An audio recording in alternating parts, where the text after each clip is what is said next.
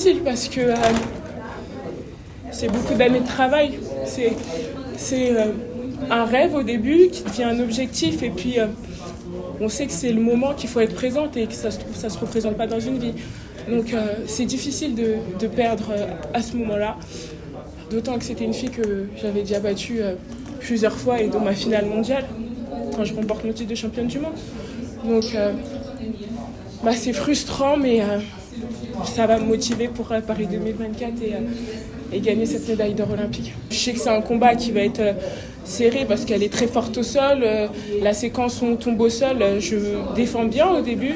Je me sens bien, je vois que le maté ne vient pas, donc je reste un peu fermée. Et puis à un moment, elle rebascule et je sens peut-être une ouverture pour m'échapper. Et au final, quand je prends cette ouverture-là, au final, elle me golle encore plus. Donc c'est une petite erreur, mais qui coûte très cher aujourd'hui. Mais j'étais là, j'étais présente, je voulais gagner, j'étais très très concentrée. Et puis voilà, elle a bien travaillé. Et qu'est-ce qu'on veut dire, c'est le sport, hein. Il y en a un qui gagne, il y en a un qui perd. Aujourd'hui, j'ai perdu.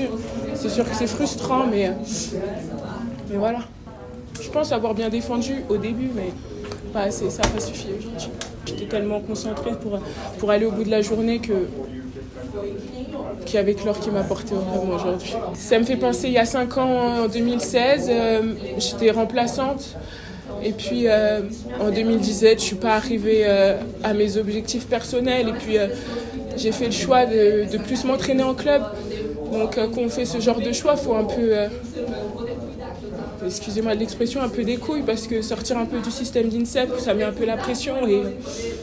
Et j'ai cru en moi, j'ai cru l'entraîneur. Mon entraîneur Alain Schmitt a cru en moi. On a travaillé, mais tellement, mais vraiment beaucoup. Et ouais, c'est ça qui me chagrine un peu de ne pas être arrivé au bout aujourd'hui.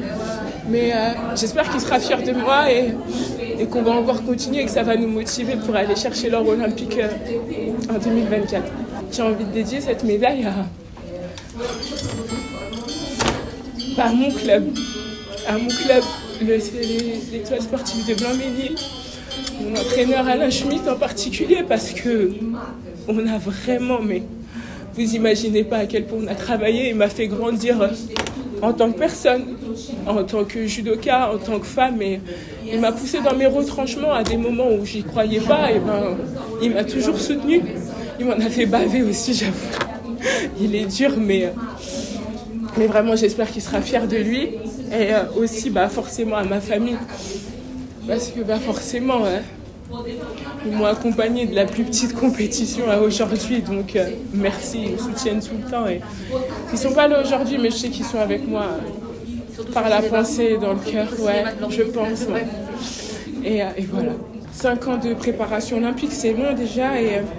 Et ce Covid, l'année dernière, nous a mis à rude épreuve, mais on n'a tellement pas lâché, je pense. Chacune s'est entraînée de son côté et avec ce jour-là en tête. Et on l'a montré aujourd'hui que on était forte et que c'est notre force. L'équipe de France, elle est forte parce qu'on est des filles fortes, libres, on sait ce qu'on veut et on lâche pas.